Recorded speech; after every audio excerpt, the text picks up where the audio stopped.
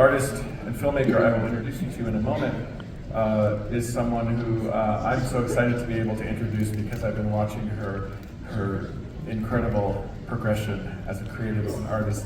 And when we have an opportunity to see a film like Atropia, which you're about to watch, and have the opportunity to welcome that artist to our festival and to bring them to you on a moment like this at noon on the first Saturday of the festival, that's really special for us, and we hope and we know it will be really special for you. Atropia is based on Hailey's short Shako Maka, which was released back in 2019, and now with Atropia, Hailey Gates deepens her exploration of love, performance, and war. It's a great examination of all of the above in a way that will have you laughing, you'll be moved, you're going to have a great experience. So to kick us off, let's give a warm Sundance Eccles welcome to filmmaker, writer, director, Hailey Gates.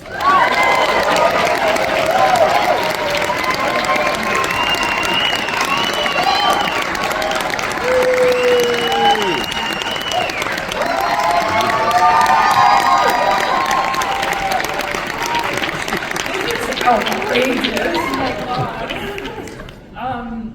Sorry, I haven't been to my mouth because I'm so nervous. I want to swallow it. Okay.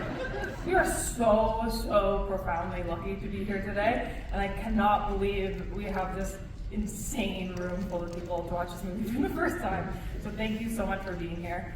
And I just wanted to humiliate all of the wonderful people that worked on this movie, so many of which are here today. So I'm just going to ask them to stand up quickly before we start the movie.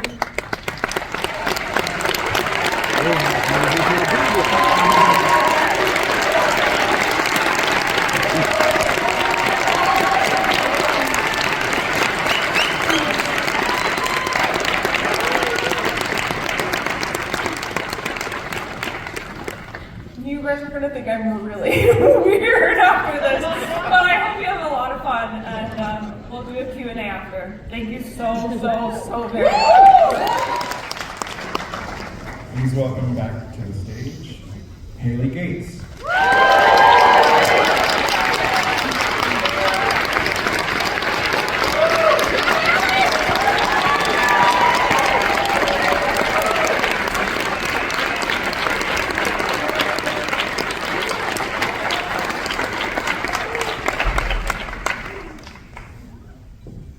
Alone? How you feeling? Okay? I feel like I'm gonna vomit. Take a breath and let's bring up some more folks. Go ahead. Oh, me. Oh. Alia Shawkat.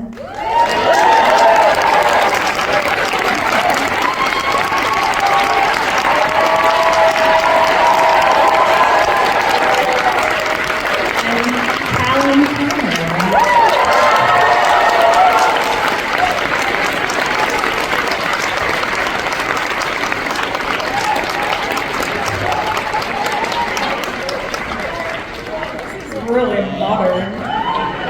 This is You guys are great. Y'all were Thank you. great. Y'all were a great audience. Yes, thank you guys. Let's dig in. Well, I mean, Hailey, congratulations. Thank you. Thank you for having us. You're welcome.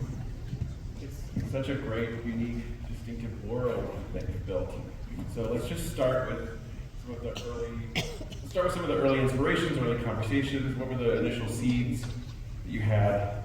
I was very inspired by satires like MASH and by Robert Altman and To Be or Not to Be by Ernest Lubitsch. And I don't know, I felt like there were so many anti-war movies made about Vietnam by great directors, and there are not very many made about the Iraq War. There's some about Desert Storm, that sort of thing. But I just wanted to make a satire about it. because I felt like there was a strange hole that needed to be filled by something like this that no one asked for. Timeline. When did you start having the initial thoughts, and how did it? Initially, I wanted to make a documentary about it, so Okay. I visited many of the bases and was trying to ingratiate myself with the military. Yeah. And you know, they're sort of like generous about taking you on a tour, but they didn't really want to do my type of filming. So I thought the world was so disturbing and so ripe for a satire, and at the time I got this amazing opportunity to do one of the Yumi Women's Tales short films, and I went to them and I said, I have an idea. And I thought they would say no, but they were very kind and they let us do it, and so we made the short. And then, I don't know, that was kind of that. And then Ali and I had a sort of dark night of the soul together when some of our other projects weren't going well. And we looked at each other and we were like, God, we have this world and this character and each other, so let's forth. Let's continue that thought with Aliyah. Congratulations.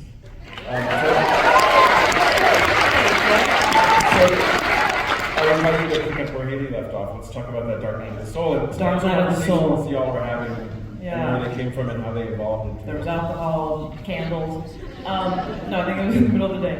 But yeah, I mean, like most actors or creative people, things don't go the way you want them to most of the time. And we had this like frustrating moment. Hailey had written another project. Something had fallen apart. And yeah, we were just like, we have to embrace what we have, this like beautiful gift. And I was like, yeah, we'll write the script. Put all the work on Hailey. I was like, I'll be here on the other side. And she was like, okay. And within like a week, I swear, she had this amazing outline because she's incredibly smart. And maybe two.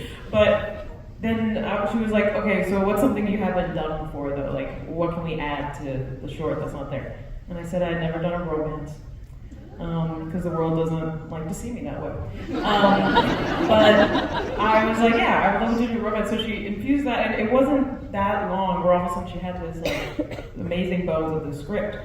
And it kind of just went from there, you know, and like trying to get the money, getting actors involved. And then you called me and you were like, hey, I'm pregnant. Yeah.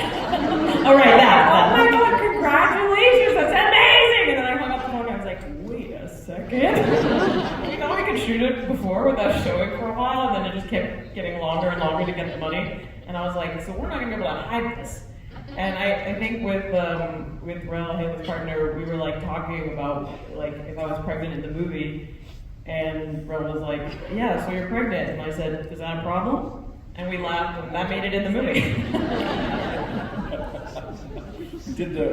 want to bring Callum as well. Tell us, Callum, welcome, congratulations as well. So,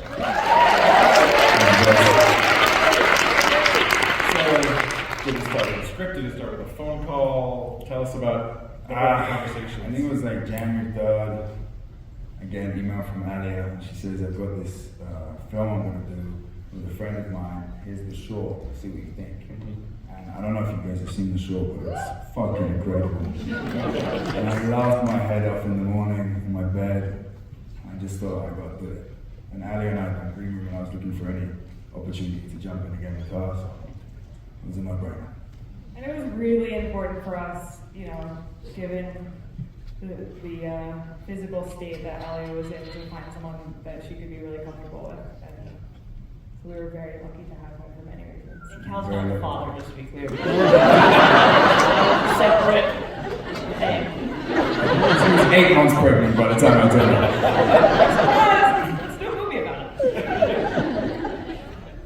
Hailey, when Aliyah was talking about the writing of the film and the financing, it all sounded so simple just now. Yeah. But tell us about maybe it was. Did the idea and the script kind of flow from short to feature that easily, or had you already been kind of like ruminating? Well, it was nice to have a directive, you know, Right. the romance. So I was like, huh. Okay. So that was really nice, and Luca Guadagnino came on board. So tell us about produce that. I was acting in Challengers, and someone got COVID, and someone got COVID, so I was there for like a really long time, even though I'm in the movie for like 5 seconds. And we were talking, and I was frustrated, and he was like, let's make another movie. And I was like, what? And he was like, send me a script in a month. And I was like, okay. And Ali was shooting Drift in Greece, which played here last year, with Naima Abed, one of our fantastic producers, who also produced Call Me By Your Name. So the four of us were like, oh shit, like, let's go forth. So when Luca Guadagnino says give me a script in a month, is that like a month later you're delivering, or you're sort of like, okay, let's...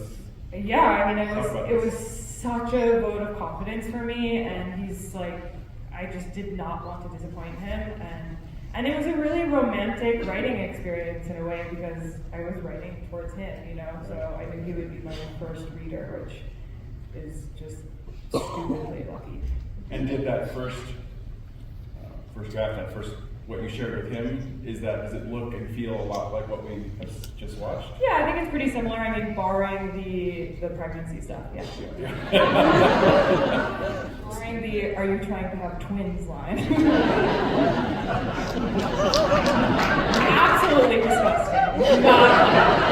I feel like the poop stuff played well with this crowd. So how fluid or open were you with the script evolving? How did you guys collaborate moving into the shooting process? Yeah, I mean, it's like the most specific world I think ever. So there was some improv, but it was all very much there, you know, on the page kind of, because there was like a structure, and it's also, watching it now, it's like, it does have a quality of MASH where it's like these different worlds happening and just like creating this kind of environment, you know, and then the romance guiding you through it. But yeah, I mean, the script was just as it was, and again, Hailey was just very open to adjusting it to make it work, to specify for all of us, you know, for my pregnancy, on all these things, but the script was there. I mean, the story was there.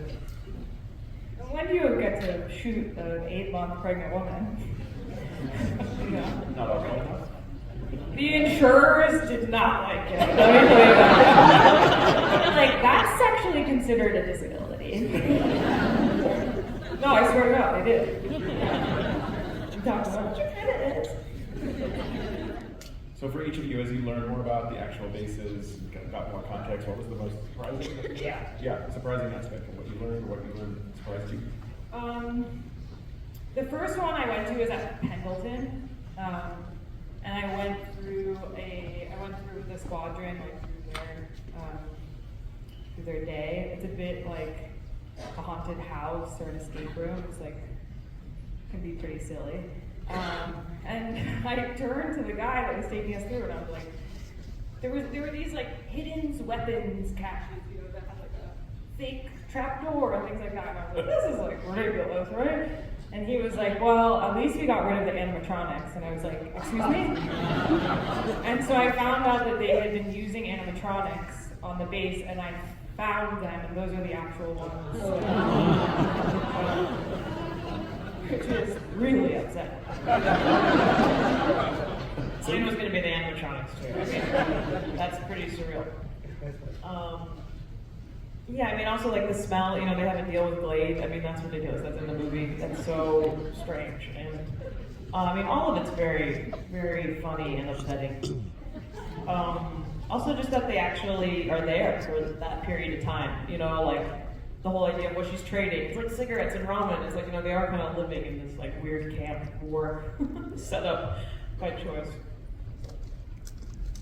Yeah, I would say that they exist at always was pretty surprising, and the level of detail that they go to, and the amount of money they spend to keep it going. Okay, one more from our audience. I saw a couple other hands. Hey, this is Eric from IONCINEMA.com. If you want to support us, subscribe below. For more reviews, interviews, film festival coverage from Sundance, Cannes, Toronto, you want to check out these guys on this side.